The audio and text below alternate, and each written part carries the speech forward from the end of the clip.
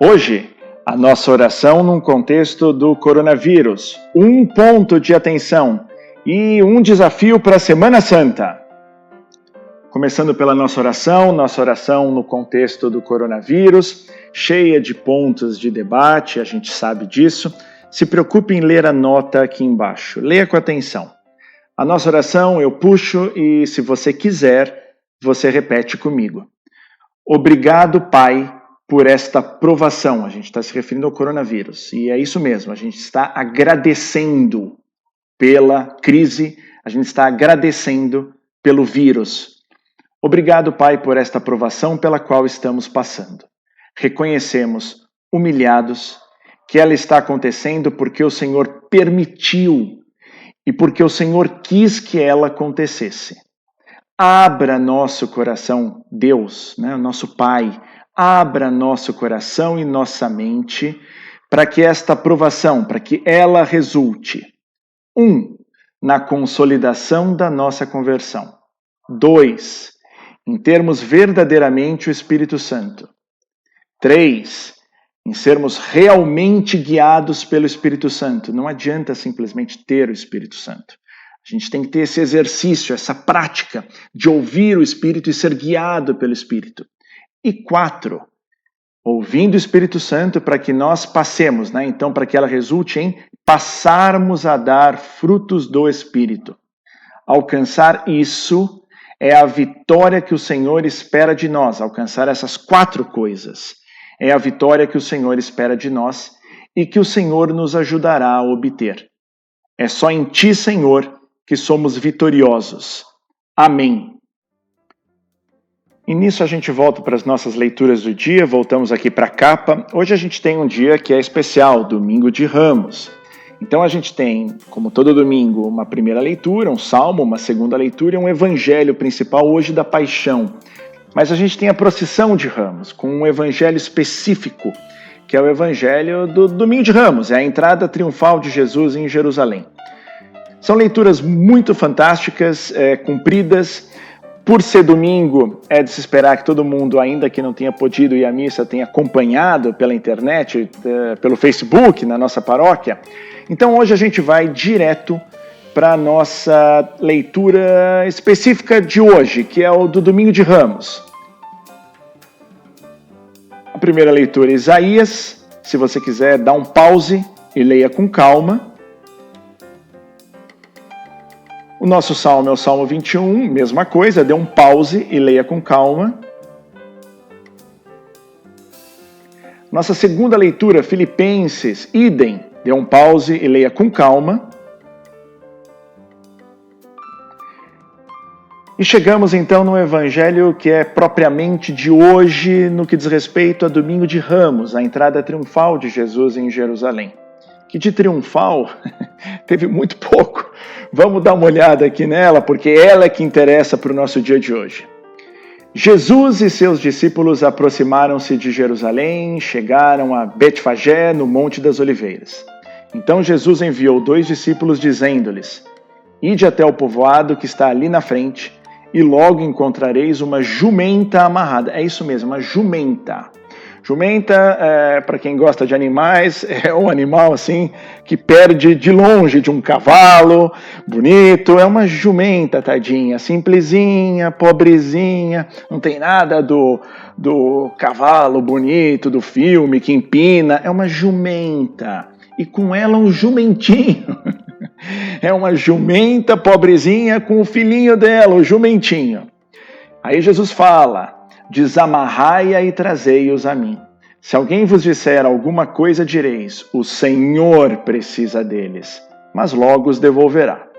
Isso aconteceu para se cumprir o que foi dito pelo profeta: dizei à filha de Sião: eis que o teu rei vem a ti, manso e montado num jumento, num jumentinho, num potro de jumenta.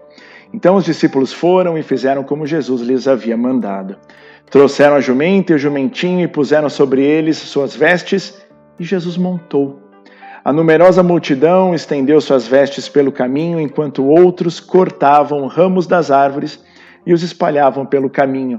As multidões que iam na frente de Jesus e os que o seguiam gritavam: Hosana ao filho de Davi, Bendito que vem em nome do Senhor, hosana no mais alto dos céus.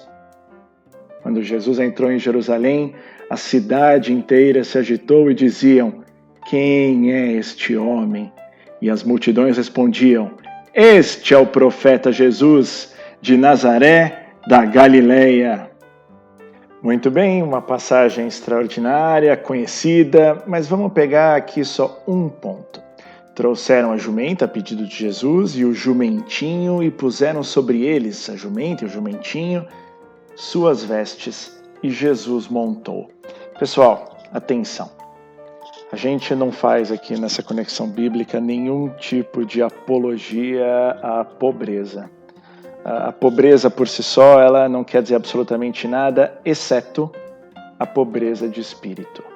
A pobreza de espírito, sim, aquele tipo de pobreza que faz com que você reconheça que o que tem valor são as coisas de Deus e não as suas habilidades, as suas capacidades ou as coisas do mundo, por melhores que sejam, por mais nobres, mais éticas, mais morais, o que valem são as coisas de Deus. Então o ponto não está simplesmente em se representar pobreza na jumenta ou no jumentinho. O ponto está, isso sim, em você perceber algo ou alguém que é Jesus tão superior, tão infinitamente superior, que quando aqui, nesse episódio, se apresenta a Jerusalém formalmente, se permite ser apresentado no que há talvez de mais vil em termos ou da escala dos animais.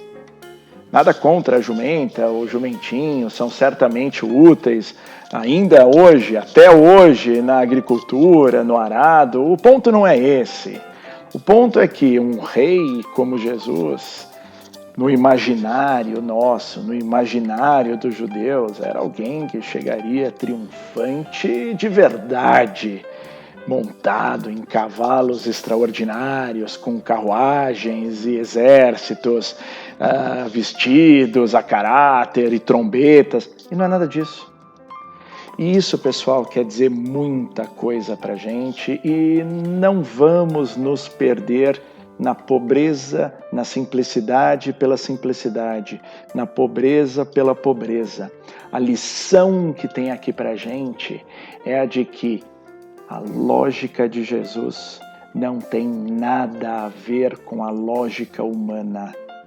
A mensagem de Jesus não tem nada a ver com a mensagem do mundo.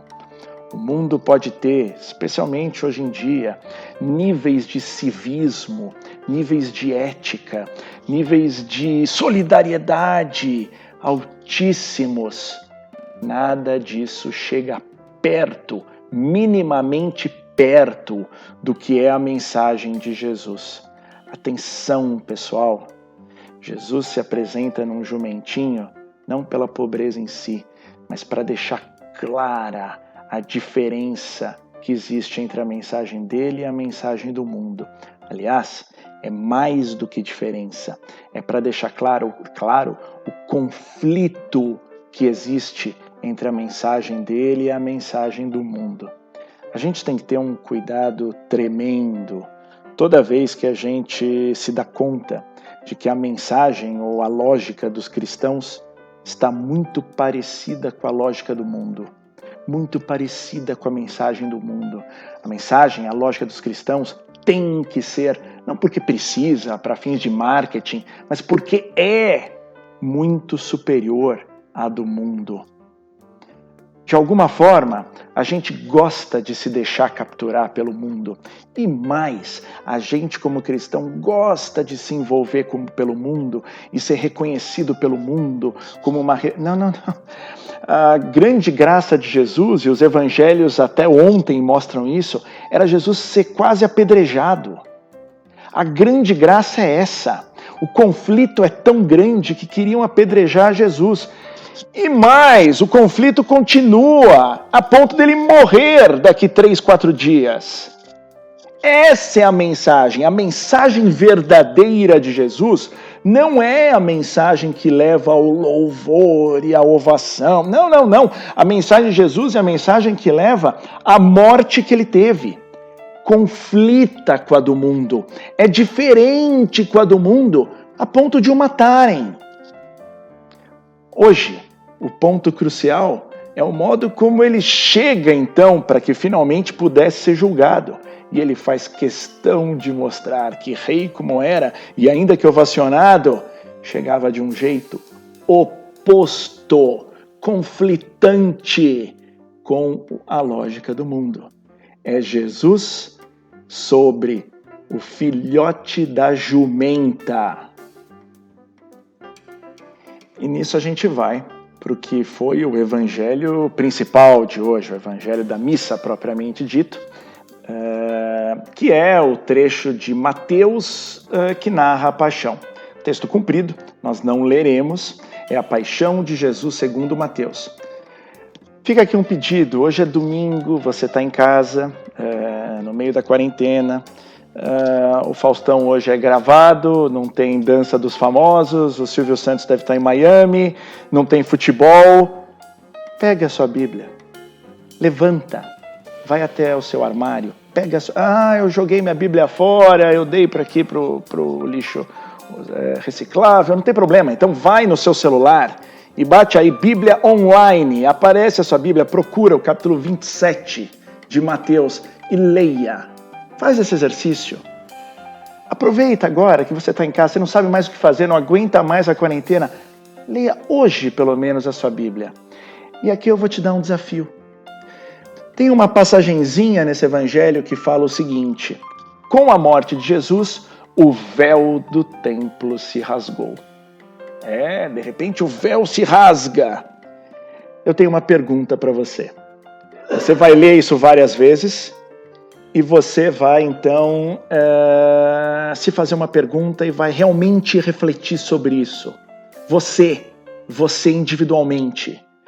Você acha que o fato do véu ter se rasgado, o véu do templo ter se rasgado, é uma coisa boa ou uma coisa ruim? Jesus morreu, o véu se rasgou. Isso é um sacrilégio? Isso é uma espécie de demonstração da gravidade que foi a morte de Jesus, a ponto de algo tão sagrado, um verdadeiro sacrilégio, o véu que se rasga? Ou você acha que foi uma coisa boa? Ou você acha que foi uma coisa positiva, que trouxe algum benefício? Eu quero que você pense, é um pedido. Reflita sobre isso. É um desafio e essa resposta a gente vai dar na Quinta-feira Santa.